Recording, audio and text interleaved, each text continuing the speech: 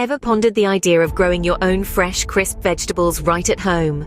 Well, today we're diving into the world of hydroponic gardening, an innovative method of cultivating plants without soil, using nutrient-rich water instead.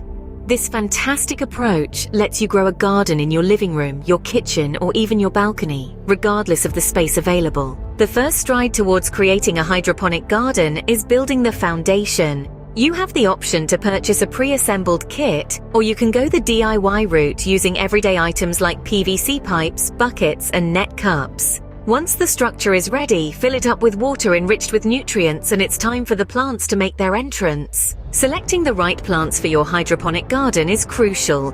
Some plants have an affinity for this style of growth: lettuce, spinach, herbs, and tomatoes, to name a few. You can kickstart this process with either seeds or seedlings. Now, let's talk about nutrition. Your plants need a balanced diet to grow, just like us. This is where a nutrient solution comes into play. You can either purchase a pre-made solution or whip one up yourself using water and fertilizer. Remember, precision is key here. Too much or too little of these nutrients can be detrimental to your plants. Once you've set the stage and invited the actors, it's time to maintain the show.